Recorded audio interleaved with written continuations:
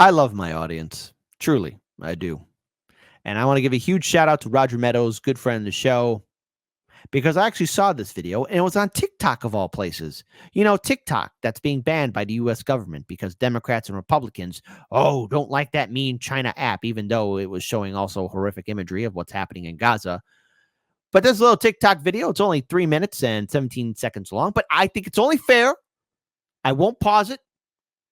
I make that promise. I might replay some parts, but I think it's only fair that we talk about something and how Kamala Harris, and I like how this is from Nas. That's right. Shout out.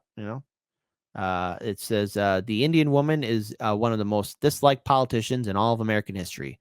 How is it possible that she could raise so much money in such a short period of time? Because after all, if you're going to be involved in politics, it's always about the dollars. It's always about the money, and it always will be about the money.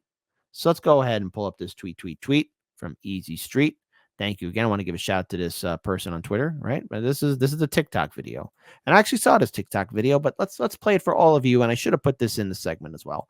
Hey, how do you raise $81 million in 24 hours? Asking for a friend. I can't be the only person who's disturbed by these figures and how much money she's raised in one day, or who also doesn't believe them. Yeah, did Kamala Harris actually raise $81 million in 24 hours and over $100 million in 36 hours?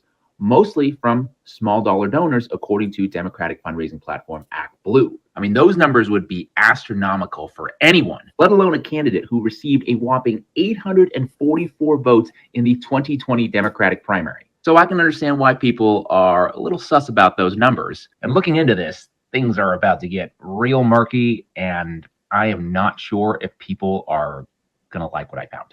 So I'm citing a 2023 article in the Carolina Journal.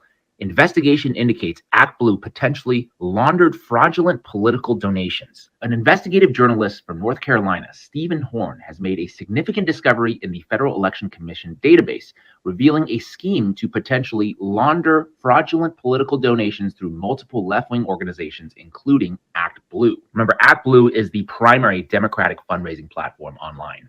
All right, so Horn and two other volunteers, Kelly Lane and Steve, unearthed evidence of two Raleigh residents whose names and addresses were employed to record substantial amounts of money donated to Democratic organizations. And just so everybody's aware, platforms like Act Blue are required to disclose political contributions to the FEC, including who made the donation, when they made it, their address, and the amount of the donation.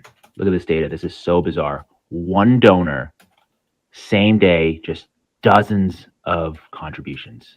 By the way, this is all public information, so you can go to the FEC website, do a search, see what you find. All right, the article goes on. However, a perplexing twist emerged when both individuals emphatically stated their inability to contribute such exorbitant sums. There was a flurry of donations made in your name, about 20 donations. Have you ever donated to Act Blue? Yeah. Okay. These donations made, do they look familiar to you at all? Not necessarily. Yeah, so you can see there's a bunch of $100 donations in your name with his address and everything. Oh, well, that's okay. Jeez Louise. I did not make a flurry of, One would remember that. Yeah, you can't watch that and tell me something fishy is not going on. The result of these investigations suggests that the Act Blue fundraising platform is being used to launder fraudulent political donations using the names and addresses of ordinary citizens. If the individual whose name and address is on a contribution did not, in fact, make that contribution, it seems likely that the money is coming from a source which would not be legally able to make the contribution directly. That is wild. Now, to be clear, I'm not saying that's what's going on right now because we don't have the data for that. The FEC website is only updated, or the disclosure only happens on a monthly basis. But what I am saying is that based on past reporting, I should probably ask a few more questions as to where the hundreds of millions of dollars actually came from. Or maybe it's just nothing. Hey, do you want to know how the media's talking about it? I'll tell you. Here's the counter argument. Hey, Kamala Harris raised more in 48 hours than Donald Trump. Oh my goodness, what happened here? Here's how at least one media outlet is talking about it. No, I don't want to be signed up for that. Don't you ever pop up while I'm doing my show. Kamala Harris' campaign raised more money in 2 days than former President Donald Trump's campaign raised in June, the vice president's team said. As of Tuesday, just 48 hours after President Joe Biden dropped out of the race and endorsed Harris as the Democratic candidate, the campaign raised a whopping $126 million, according to Wednesday's State of the Race memo from Harris for President Chair Jen O'Malley Dillon.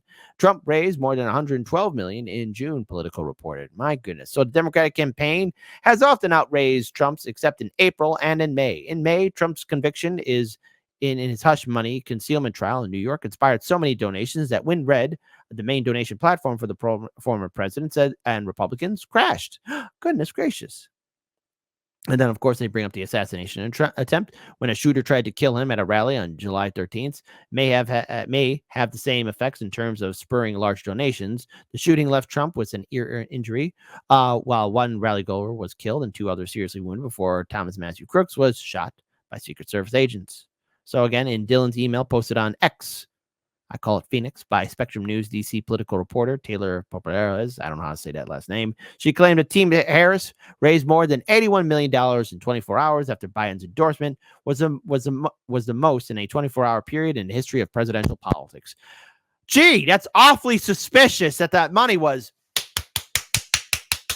that cash money. I don't know if somebody was twerking or getting pounding hard to get all that money out, right? Kamala really was dancing around that pole for all that money to happen. Nothing suspicious there. And yet you don't see corporate media doing anything in depth like that. And gee, does it come as a surprise? Why corporate media would want to be on board for the banning of TikTok? Or why the Democrats would either? Does it come as no surprise? There is no war on bossing, say. Stop asking questions, people. Where'd that cash money come from?